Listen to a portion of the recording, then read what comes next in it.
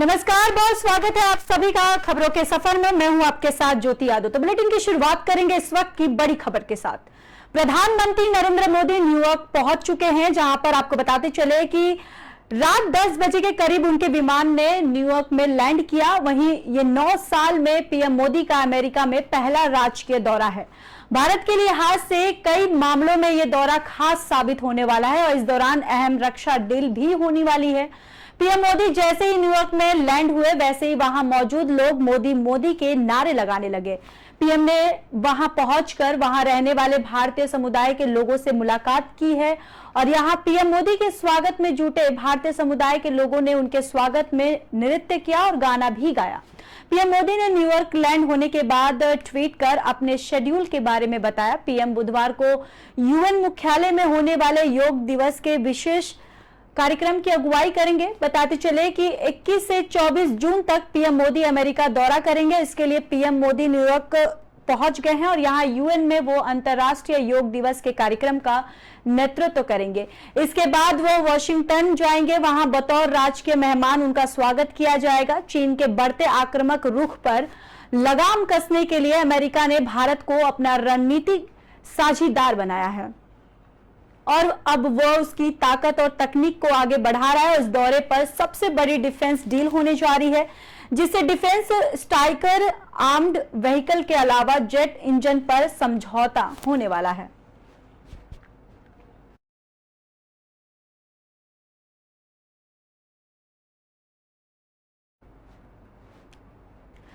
प्रधानमंत्री नरेंद्र मोदी अमेरिका के 3 दिवसीय राजकीय दौरे पर हैं। मंगलवार को न्यूयॉर्क पहुंचे और पीएम मोदी अगले कुछ दिनों के दौरान कई कार्यक्रमों में शिरकत करेंगे। इनमें संयुक्त राष्ट्र में अंतर्राष्ट्रीय योग दिवस पर आयोजित कार्यक्रम भी शामिल है। इस बीच ट्विटर के सीईओ एलन मस्क ने पीएम मोदी से मुलाकात की। एलन मस्क ने लौटे न्यूयॉर्क पैलेस होटल में ठहरे पीएम मोदी से मुलाकात के बाद भारत आने की इच्छा जताई। उन्होंने कहा कि वो अगले साल भारत दौरे पर आएंगे और एलन मस्क ने खुद को मोदी का प्रशंसक बताते हुए कहा कि मैं भारत के भविष्य को लेकर बहुत उत्साहित हूं। मुझे लगता है कि भारत में दुनिया के किस अन्य देश के मुकाबले अधिक संभावना है और मैं कह सकता हूं कि पीएम मोदी भारत के लिए सही चीजें करना चाहते हैं। उनका नजरिया नई कंपनियों को लेकर बहुत बहुत उदारवादी है और वो अपने देश में नई कंपनियों का दिल खोलकर स्वागत करना चाहते हैं। मैं मोदी का फैन हूं। मस्क ने पीएम मोदी से मुलाकात के बारे में बताते हुए कहा कि ये बातचीत बेहतरीन रही, बहुत बढ़िया बातचीत थी। मैं अगले साल भारत आने की योजना बना रहा हूं। मस्क ने यह भी कहा कि वो ब्रॉडबैंड इंटरनेट सेवा स्टारलिंक को भारत लाना चाहते हैं। इससे ग्रामीण इलाके के लोगों को मदद मिलेगी जिनके पास इंटरनेट तक पहुंच नहीं है।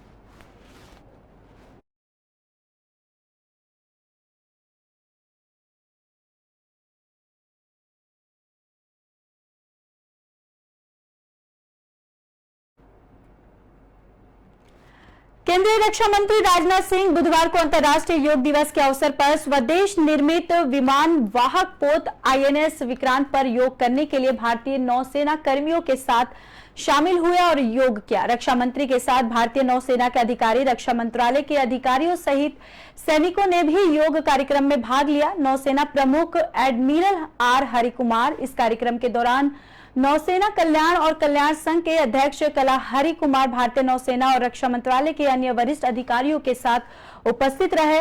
उन्होंने भी रक्षा मंत्री के साथ योगाभ्यास में भाग लिया। रक्षा मंत्रालय ने कहा कि अग्निवीर सहित सशस्त्र बल के जवान एकता और कल्याण की भावना को अपनाते हुए इस कार्यक्रम में भाग ले रहे हैं और योग सत्र के बाद केंद्रीय रक्षा मंत्री सभा को संबोधित करेंगे और योग प्रशिक्षकों को सम्मानित करेंगे। रक्षा मंत्रालय की विज्ञप्ति में कहा गया है कि इस अवसर पर भारतीय नौसेना की आउटरीच गतिविधियों पर एक विशेष वीडियो स्ट्रीम करेगी, जिसमें ओशन रिंग ऑफ योग विषय पर जोर दिया जाएगा, जबकि हिंद महासागर क्षेत्र में तैनात भारतीय नौसेना की इकाइयां इस संदेश को फैलाने के लिए मैत्रीपूर्ण विदेशी देशों के अलग अलग बंदरगाहों का दौरा करेंगी और वसुदेव कुटुंबक जो कि अंतर्राष्ट्रीय योग दिवस 23 का भविष्य भी है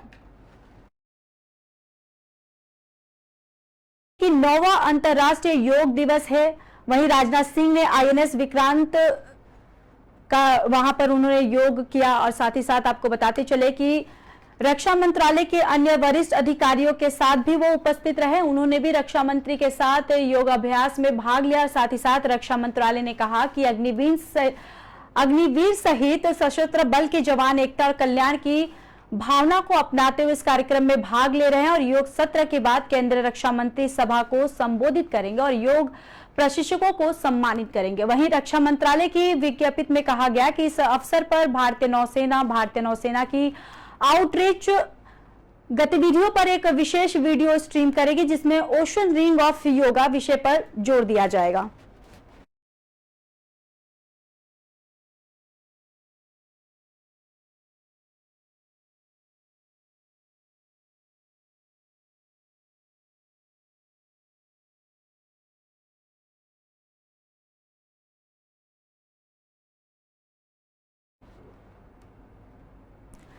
तो चलिए बढ़ते अगली खबर की ओर। पहलवान और बीजेपी नेता बबीता फोगाट में एक बार फिर से ओलंपिक पदक विजेता साक्षी मलिक और उनके पति सत्यव्रत कादियान के दावों पर जवाब दिया है। उन्होंने एक वीडियो संदेश ट्वीट किया है, साथ ही कैप्शन में तंज कसा है कि झूठ है और झूठ बात ये बोलेगा आईना, आओ हमारे सामने हम सच बताएंगे। मैं किसी भी तंज कसने में विश्वास नहीं करती, मुझे गुरूर है कि खुद पर मैं झूठ के दांव नहीं चलती। साथ ही साथ आपको बताते चले कि साक्षी और उनके पति ने 17 जून को ट्विटर पर एक वीडियो जारी कर दावा किया था कि भारतीय कुश्ती महासंघ नववर्तमान अध्यक्ष बृजभूषण शरण सिंह के खिलाफ जंतर मंतर पर धरना प्रदर्शन की इजाजत बीजेपी के ही दो नेताओं ने ली थी। उन्होंने वीडियो में यह भी कहा कि बीजेपी नेता तीर्थ राणा और बीजेपी नेता बबीता फोगाट ने जंतर मंतर पर थाने से प्रोटेस्ट की परमिशन ली थी और इस पर बबीता ने कहा कि देश की जनता समझ चुकी है कि वह साक्षी मलिक कांग्रेस के हाथ की कठपुतली बन चुकी है। समय आ गया है कि वो अपनी वास्तविक मंशा बता दे, क्योंकि जनता सवाल पूछ रही है। उधर साक्षी मलिक ने अपने वीडियो को अगले दिन फिर से शेयर करते हुए लिखा है कि वीडियो में अपने तीर्थ राणा और बबीता फोगाट पर तंज कसा है कि कैसे वे अपने स्वार्थ के लिए पहलवानों का इस्तेमाल करना चाहते हैं और कैसे पहलवानों पर जब विपदा पड़ी तो वो जाकर सरकार की गोद में बैठ गए।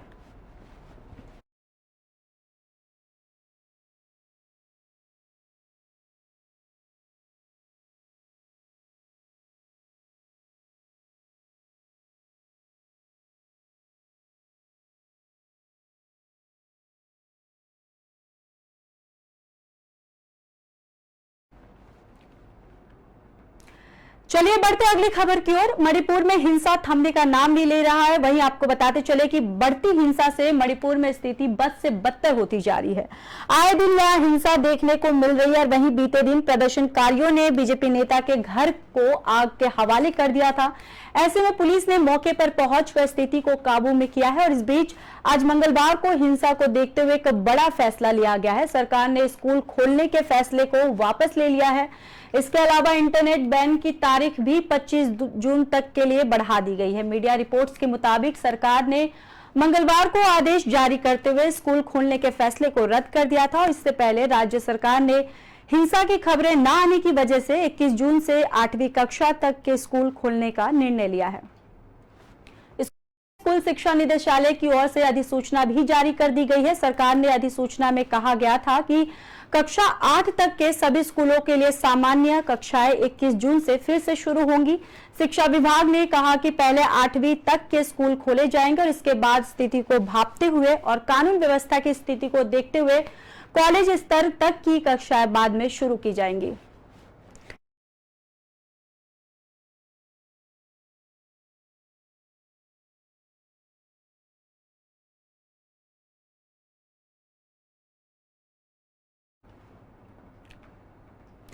तो वहीं पंजाब विधानसभा के 2 दिवसीय सत्र के दूसरे दिन कई संशोधन विधेयक पास किए गए हैं, जिसमें सिख गुरुद्वारा संशोधन बिल 2023 भी शामिल है। इस बिल का विपक्षी पार्टी अकाली दल ने इस बिल का विरोध किया था।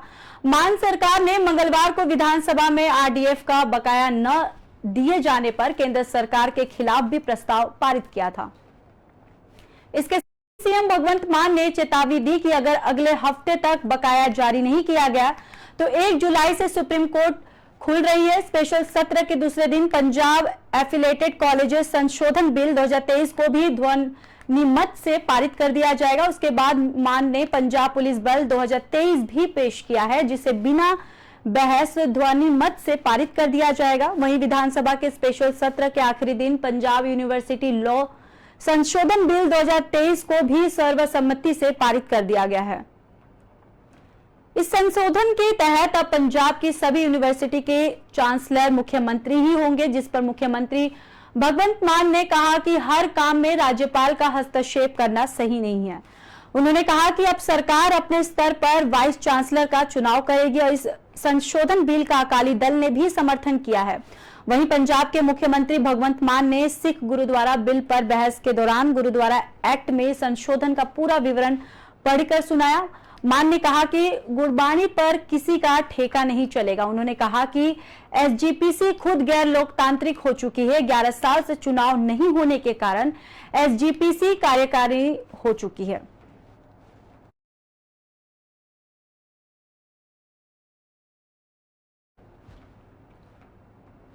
भारतीय सराफा बाजार में आज 20 जून 2023 को सोने के दाम में गिरावट दर्ज की गई है। वहीं चांदी के दाम में उछाल देखा गया। 10 ग्राम सोना सस्ता होकर 60,000 रुपए का हो गया है। वहीं 1 किलो चांदी के दरों में मामूली तेजी आई है और अब यह 73,500 रुपए में बिक रही है। वहीं HDFC सिक्योरिटीज ने यह जानकारी दी है कि दिल्ली सराफा बाजार में मंगलवार को सोने का भाव 30 रुपया घटकर 60,000 रुपये हो गए हैं। और आपको बताते चले कि पिछले कारोबारी सत्र में सोना 60,140 रुपये प्रति 10 ग्राम के भाव पर बंद हुआ था।